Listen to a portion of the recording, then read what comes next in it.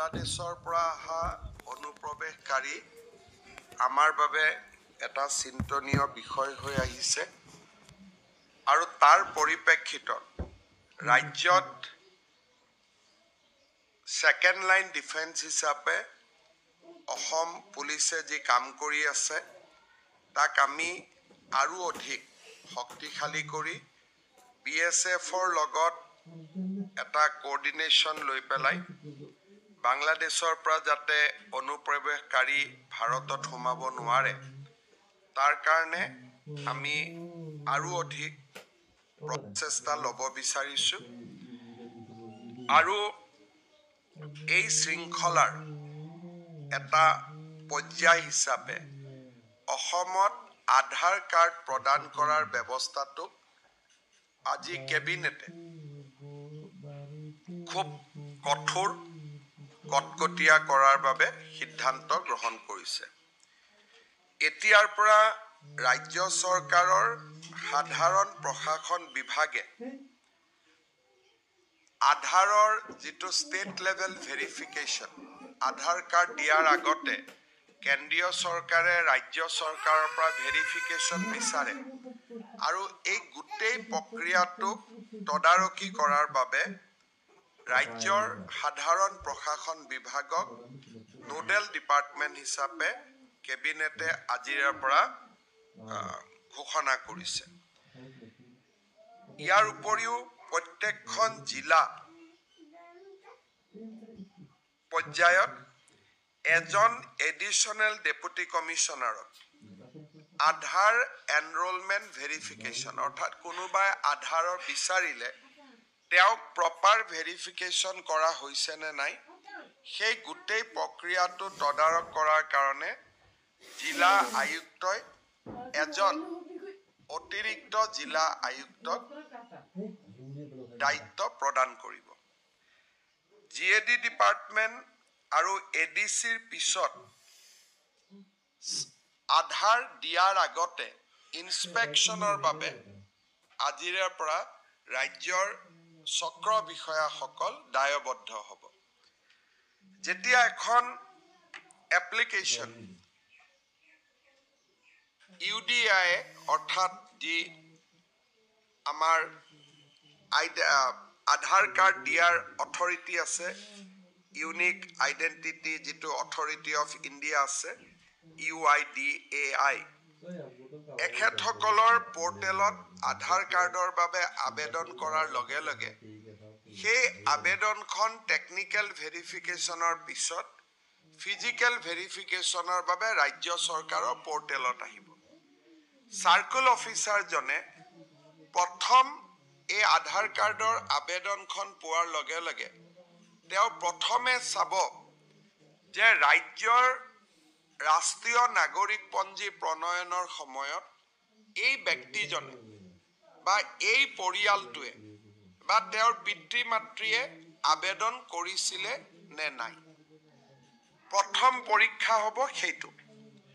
যদি দেখা যায় যে তেওঁ আবেদন কৰাই নাছিলে তেতিয়াহ'লে তেওঁৰ আধাৰ কাৰ্ডখন ৰাজ্য চৰকাৰে প্ৰত্যাখ্যান কৰি কেন্দ্ৰীয় চৰকাৰলৈকে প্ৰতিবেদন দিব আৰু যদি প্ৰমাণিত হয় যে নহয় তেখেতে NRCত নিজকে ভাৰতীয় নাগৰিক বুলি আবেদন কৰিছিলে তেতিয়া আমি নেক্সট ষ্টেজলৈকে যাম আৰু যিটো ফিল্ড ইনস্পেকশ্যনৰ ওপৰত উচ্চতম ন্যায়ালয়ৰ যি নিৰ্দেশ আছে সেই অনুসৰি তেওঁলোকক ফিল্ড ভেৰিফিকেশ্যন কৰি ভাৰতীয় নাগৰিক এখেত হয় এই ধৰণে সম্পূৰ্ণ প্ৰত্যায়িত হোৱাৰ পিছতহে তেখেতক আধাৰ কাৰ্ড দিয়া যাব।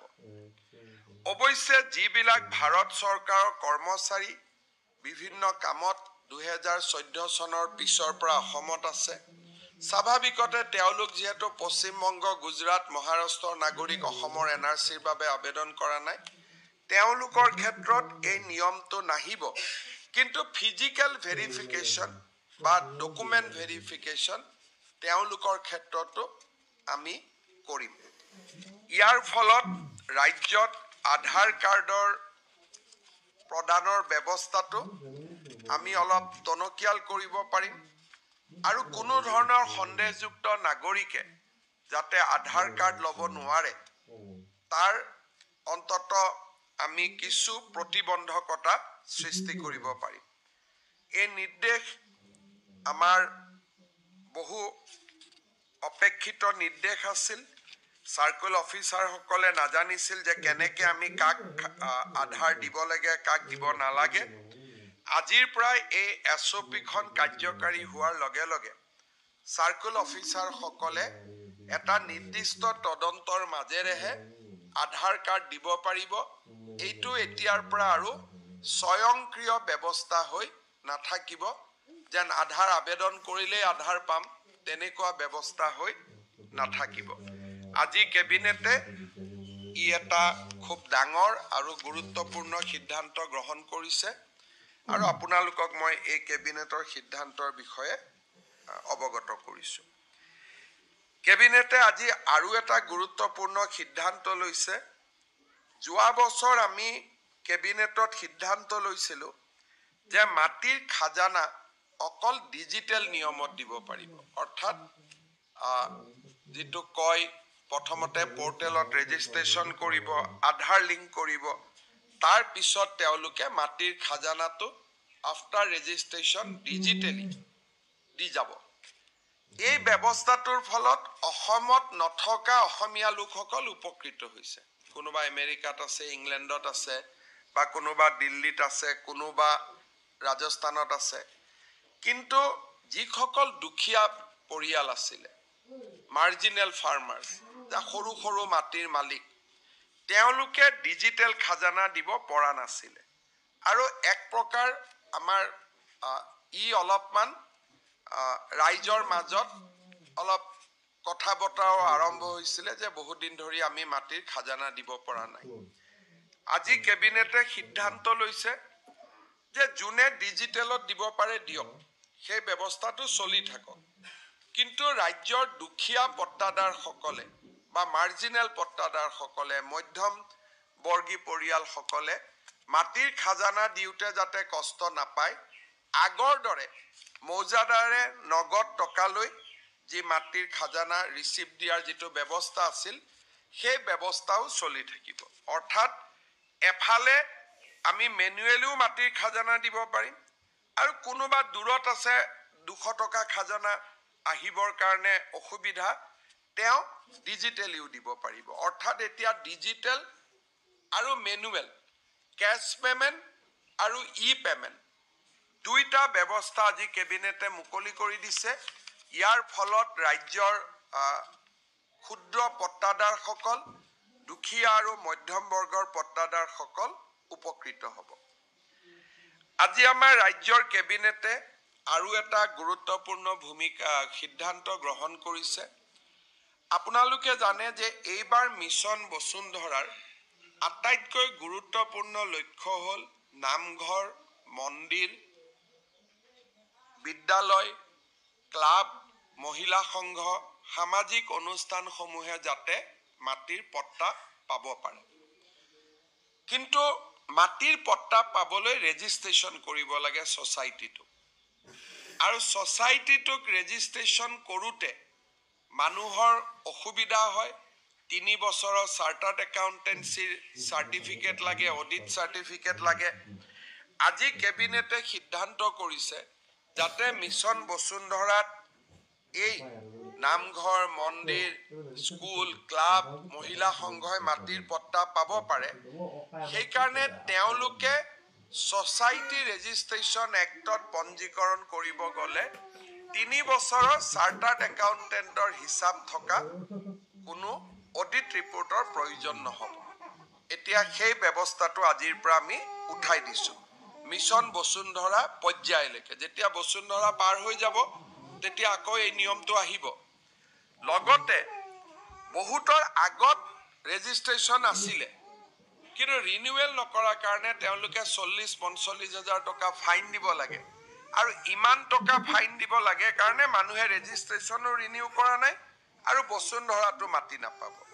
সেইকাৰণে আজি আমি সিদ্ধান্ত লৈছোঁ যে ৰিনিউৱেল ফাইন দিব নালাগে। যদি 10 বছৰ আগতো ৰেজিষ্টাৰ কৰা আছিল এতিয়া আকৌ এবাৰ ৰিনিউ কৰি লওক ৰিনিউৱেলৰ যিটো ফাইন দিব লগা ব্যৱস্থা আছিল সেই ব্যৱস্থাটো আজিৰ পৰা আমি প্ৰত্যাহাৰ কৰিছো এই তিনিটা গুৰুত্বপূৰ্ণ সিদ্ধান্ত আজিৰ কেবিনেটত লোৱা হৈছে আৰু তিনিওটাই যথেষ্ট ৰাজহুৱা স্বাৰ্থৰ বাবে অতিকে গুৰুত্বপূৰ্ণ আৰু সেই কাৰণে মই আপোনালোকৰ ওচৰত আহি কেবিনেটৰ সিদ্ধান্ত তিনিটা বৰ্ণনা কৰিছো আজিৰ পৰা আমাৰ সমগ্ৰ ৰাজ্যতে 12 লাখ হিতাধিকাৰীক সামৰি স্কুটি চাইকেল আৰু মাইক্ৰ' ফাইনেন্সৰ 50,000 টকা পৰ্যন্ত ৰেহাই নো ডিউজ চাৰ্টিফিকেট আৰু যোৱা প্ৰলয়ংকাৰী বানপানী যিসকল লোক ক্ষতিগ্ৰস্ত হৈছিল তেনে লোকসকললৈ চৰকাৰী নিয়মমতে আৰ্থিক সাহায্য বিতৰণ এই তিনিওটা